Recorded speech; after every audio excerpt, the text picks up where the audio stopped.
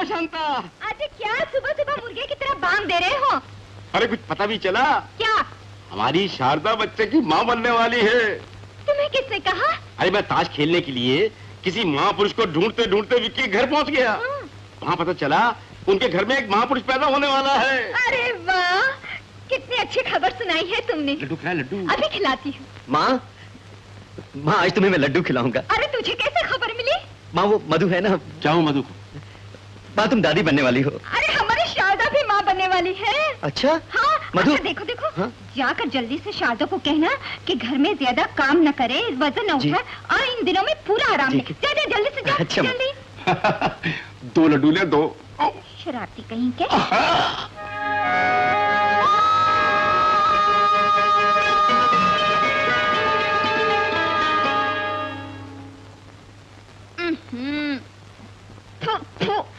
मामी, ये हलवा इंसानों के खाने के काबिल है। क्यों बेटी, पहले तो तू बड़े मजे से खाया करती थी। हाँ, खा लिया करती थी, क्योंकि और कुछ मिलता ही नहीं था। मामी, हलवा कम से कम बादाम पिस्ता डालकर देसी घी में तो बनाया होता। ऐसी बात तो नहीं कि खरीद नहीं सकते। भैया कमाते हैं, भाभी कमाती है। मैंने इसे थोड़ा सा चख भी लिया। कहीं होती मेरी ननद जी तो इसे सूंघकर ये प्लेट कुत्तों के आगे रख देती। पता है मम्मी, वहाँ के कुत्ते भी नहीं खाते अगर उन्हें चीज पसंद ना हो, क्योंकि वहाँ के कुत्ते इम्पोर्टेड है ना। इम्पोर्टेड है ना। उन कुत्तों को शुरू से अच्छा खाने की आदत पड़ी है। चलिए शारदा। ये क्या है? आउची, नेओ नेओ नेओ, मुझे नहीं चाहिए। क्यों? चाय पीने से बच्चे का रंग काला हो जाता है। मेरी ननद जी कहती है कि मैं सिर्फ सेबों का ही रस पिया करूं। बढ़िया है, ननद ननद ननद की बातें रहती है। मामी, तुमने मेरी शादी में जो मेरी ननद जी को साड़ियाँ दी थी, वो बिल्कुल झाली की तरह धागा धागा थी। अच्छा। उन्होंने साड़ी उठाकर नौकरानी को दे दी। मामी, जब मेरी गोद भराई की रस्म करोगी तो मेरी ननद जी को भारी वाली साड़ी लेकर देना। ये इम्पोर्टेंट, नहीं तो उस घर में मेरी क्या इज्जत रहेगी। मेरी गोद भराई की रस्म क्या करोगी मम्मी?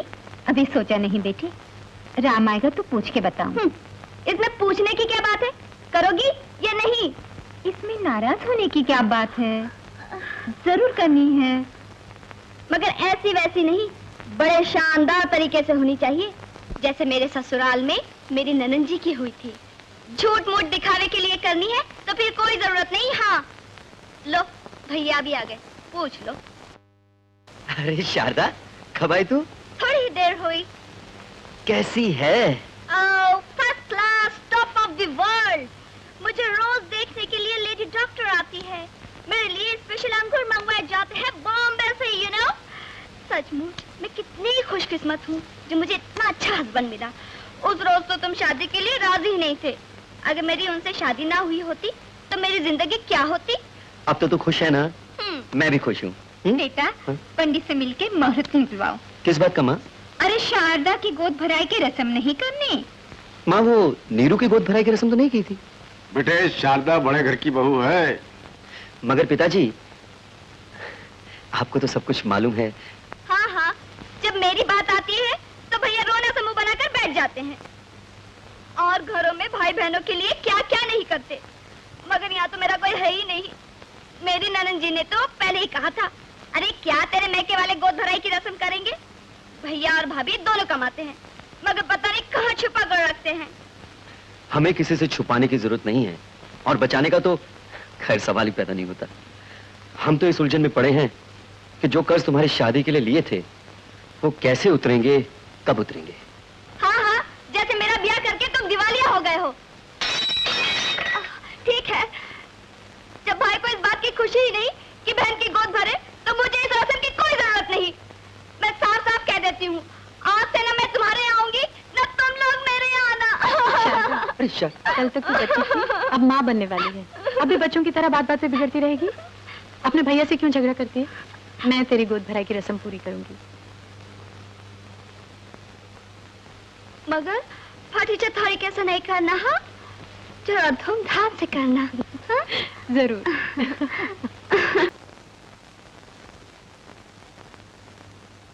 शांता, शांता, शांता, अरे हम लोगों को कहाँ लेने आई है? शारदा डिलीवरी के लिए अस्पताल पहुंच गई। अरे हमारे लिए कार आए हैं। अच्छा अच्छा बहन, ओ बहन, अरे हमारे लिए कार आए हैं, कार। देखो ऐसे करना, हम लोग अभी शारदा को देखने हॉस्पिटल जा रहे हैं। तुम घर का ख्याल रखना। दरवाजा अंदर बंद कर लेना। हाँ हाँ हाँ हाँ, मैं भी आता हूँ। बड़ी मालकिन क्या हुआ? आइए ना। क्या बात है, जल्दी आइए। हुआ क्या लेकिन?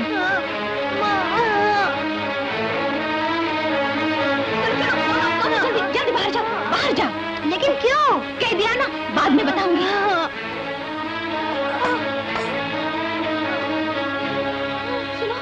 सुंदर सुंदर, अपने जीजा जी के ऑफिस में जाना, कह देना जल्दी घर आ जाए। हाँ, मैं जाता हूँ। जाओ जल्दी जाओ।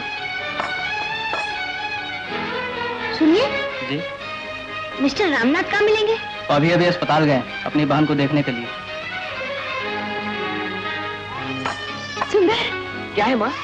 तू मामा बन गया। सच? चल अंदर चल देख। बड़ी मालकिन, क्या हुआ? वो ऑफिस में नहीं है, शारदा आंटी को देखने हॉस्पिटल गए हैं। अच्छा आ जाएंगे, चल तू अंदर चल। पार्वती बहन, अरे जल्दी से दरवाजा खोलो ना।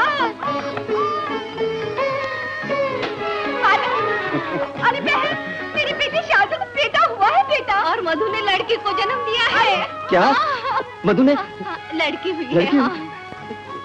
अरे बहन जी, मेरा दोहता तो महाराजा लगता है और आपकी पोती बिल्कुल महारानी जैसी लगती है। अरे क्या बताऊं, मेरा जो दोहता है उसका रंग बिल्कुल दूध जैसा है और आपकी पोती बिल्कुल चांद जैसा मुखड़ा है। अरे क्या बताऊं, बिल्कुल मेरे दामाद और हाँ, परी जैसी लगती है आपकी पोती।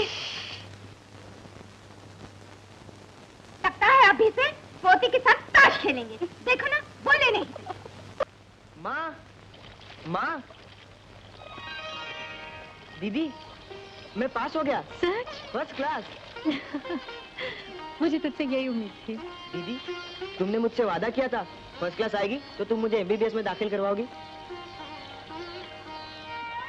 मगर बेटे, जितना पढ़ लिया उतना ही काफी है। नहीं माँ, मैं डॉक्टर बनना चाहता हूँ। बोलो ना दीदी। फिक्र मत कर, तू जरूर डॉक्टर बनेगा। क्या हम उसे पढ़ा सकते हैं? जिनको पढ़ाई का शौक नहीं, जब उनको आगे पढ़ाने के लिए लोग हैं, तो जो पढ़ना चाहता है उसे आगे पढ़ाना हमारा धर्म है। मधु, सीढ़ी लगाकर इंसान को दीवार पर तो चढ़ाया जा सकता है, लेकिन सीढ़ी लगाकर कोई आसमान पर नहीं जा सकता। ऊपर चढ़ने की हिम्मत हो तो आसमान क्या, सीढ़ी लगा के इंसान स्वर्ग तक पहुंच सकता है।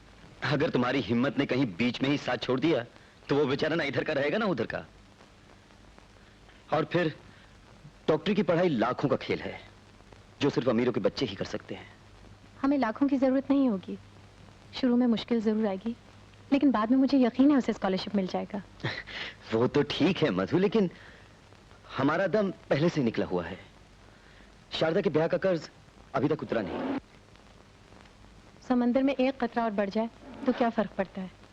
सुंदर अभी बच्चा है, उसे बीच रास्ते में छोड़ दिया तो उसका दिल टूट जाएगा। तो मैंने कब कहा उसे बीच में छोड़ दे? हमारे ऑफिस में एक चपरासी की जगह खाली है। चपरासी? हाँ, दिन में वहां काम कर सकता है और रातों को अपनी पढ़ाई कर सकता है। क्यों, तुम्हें चपरासी की नौकरी घटिया लगती है? आजकल बीए पास भी इस नौकरी के लिए धक्के खाते हैं। हमारे ऑफिस में जो पहला चपरासी था ना, उसने इसी तरह रातों को पढ़ाई करके एमए कर ली और अब वो गैजेटेड ऑफिसर बन गया है। दिन भर लोगों को चाय कॉफी ला कर दिया करेगा, सबके आगे चीची करेगा। सुंदर से ये काम होगा नहीं, और अगर मजबूरन उसने नौकरी कर ली तो वो पढ़ेगा नहीं। खैर, मैं देख लूंगी, कोई ना कोई रास्ता तो निकल आएगा। सुंदर को एमबीबीएस करवाने का वादा मैं कर चुकी हूँ।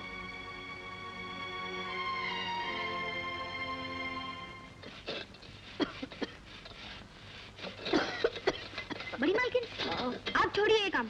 आप इस घर की नौकरानी है क्या? तू चुप रहे। मैं चुप नहीं रहूंगा। वो लोग खुद तो आराम से सोते हैं और आपसे दिन रात काम करवाते हैं, और आपकी सेहत भी अच्छी नहीं। शंकर, बड़ी मालकिन, बड़ी मालकिन, बड़ी मालकिन,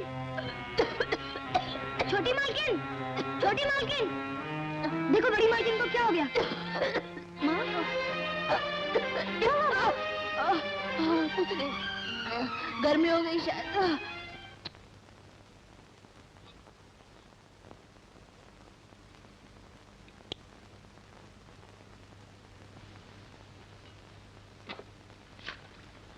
राइट लंग में कैंसर। डॉक्टर, केस काफी सीरियस है, मगर रेडियम थेरेपी से ठीक हो सकता है। इलाज फौरन शुरू हो जाना चाहिए। कम से कम 3-4 हजार रुपए खर्च होंगे। मैंने तेरी मदद क्या की, अपने गले में फांसी का फंदा डाल लिया। आज कितने महीने हो गए? मैंने अपनी जिम्मेदारी पे तुझे 3000 रुपया हुंडी पे लेके दिया था। असल तो क्या तूने उसका ब्याज भी नहीं भरा। जब कहता हूं तो कोई बहाना कर देता है। वो हुंडी वाला सुबह शाम आकर मुझे उल्टी सीधी सुनाता है। आज मुझे एक पक्की बात बता दे, तू रुपया कब लौटाएगा? मुझे माफ कर दे नंदू, मेरी वजह से तुझे तकलीफ उठानी पड़ी।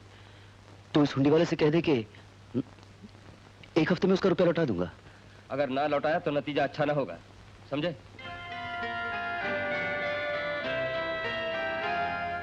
मधु, तुमसे एक बात करना चाहता हूँ। कहिए। शारदा के ब्याह पर एक दोस्त के जरिए मैंने 3000 रुपए हुंडी पे लिए थे। तो उस हुंडी वाले ने नाक में दम कर रखा है। उसका रुपया जल्दी से जल्दी वापस करना चाहिए। मैंने अपने प्रोविडेंट फंड में से कर्ज मांगा है।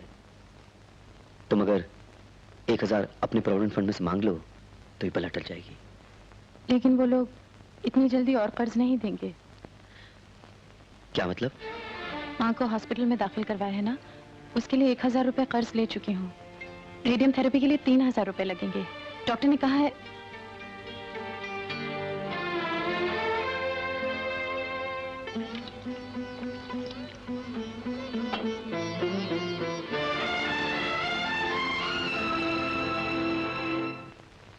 दीदी, मुझे एमबीबीएस के दाखिले के लिए चुन लिया गया है। फीस भरनी है। कब तक? कल आखिरी तारीख है। अच्छा, मैं देखती हूँ। तूने 1 हफ्ता कहा था, आज 1 महीना हो गया। मैं चुप रहूं तो 1 साल भी हो सकता है। तुझे शर्म नहीं आती? जब लोगों के रुपए लौटाने की बात होती तो बड़े आराम से कह देता है तेरे पास कुछ नहीं, मगर अपनी फैमिली पर खर्च करने के लिए तेरे पास रुपए हैं। अपने साले को मेडिकल कॉलेज में दाखिल करवाने के लिए तेरे पास रुपए हैं। क्या कहा? मेरा साला मेडिकल कॉलेज में दाखिल हुआ है? जैसे तुझे कुछ मालूम ही नहीं। देखिए, ड्रामा मेरे साथ मत कर। मैं उस हुंडी वाले को अब और नहीं रोक सकता।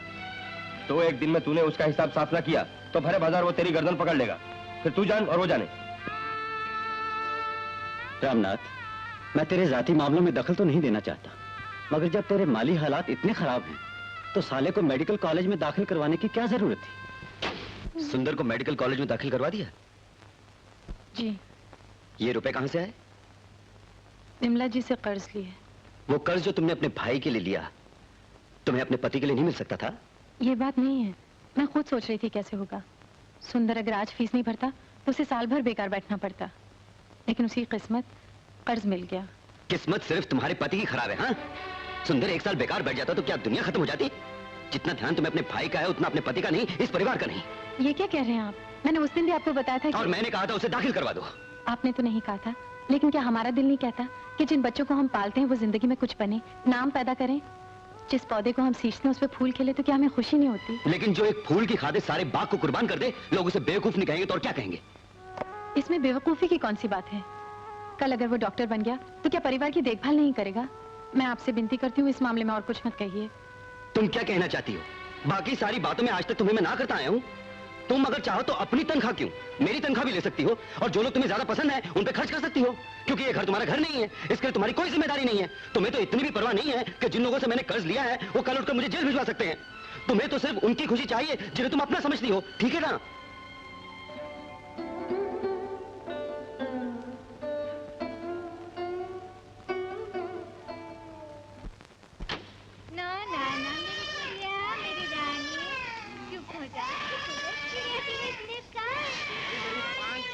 मेरी माँ, चुप हो जाना। लड़की ने तो आराम हराम कर दिया। ओहो।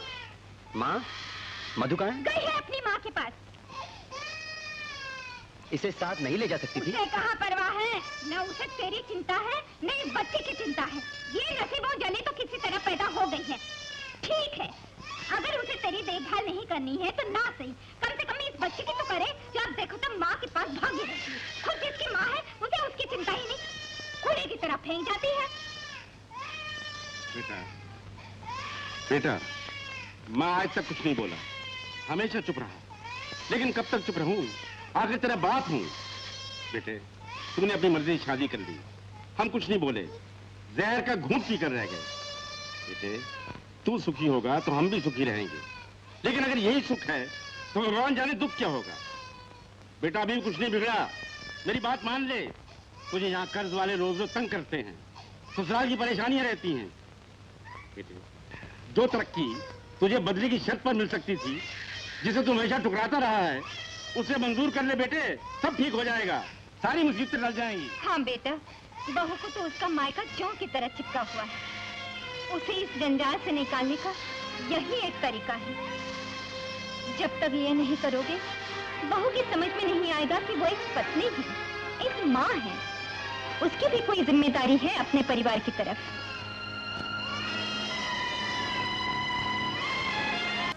मैंने सुना है आप बंबई जा रहे हैं। ठीक सुना तुमने। आपने खुद कह के ये बदली करवाई। करवाई या हो गई, इसमें फर्क क्या पड़ता है? लेकिन इसकी जरूरत क्या थी? तरक्की, मेरी तनख्वाह बढ़ जाएगी। क्या वो यहाँ रह के नहीं बढ़ सकती? अगर बढ़ सकती तो मुझे वहां जाने की क्या जरूरत थी? आप इसे रुकवा नहीं सकते? वो किस लिए?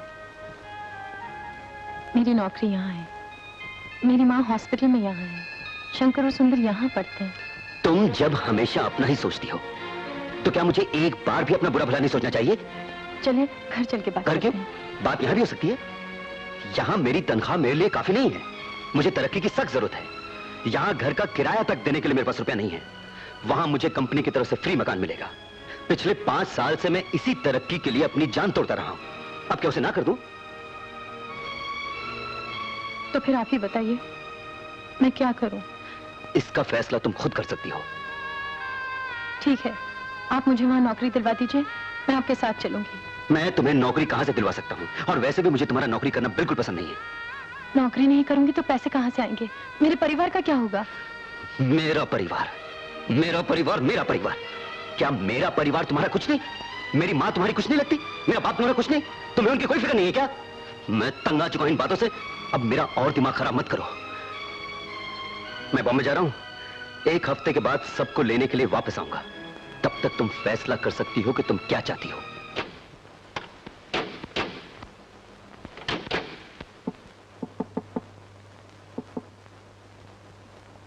अरे राम, तुम आ गए, जीते रहो।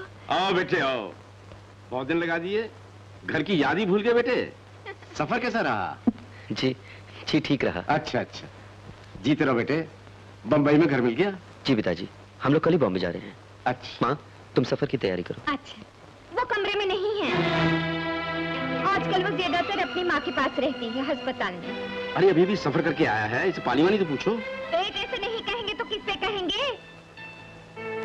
बेटा, जब से तुम गए हो यही होता रहा है। बेटे कभी कभी आती है, शक्ल दिखाती है और चली जाती है। किरण कहाँ है? उसे भी साथ ले गई है।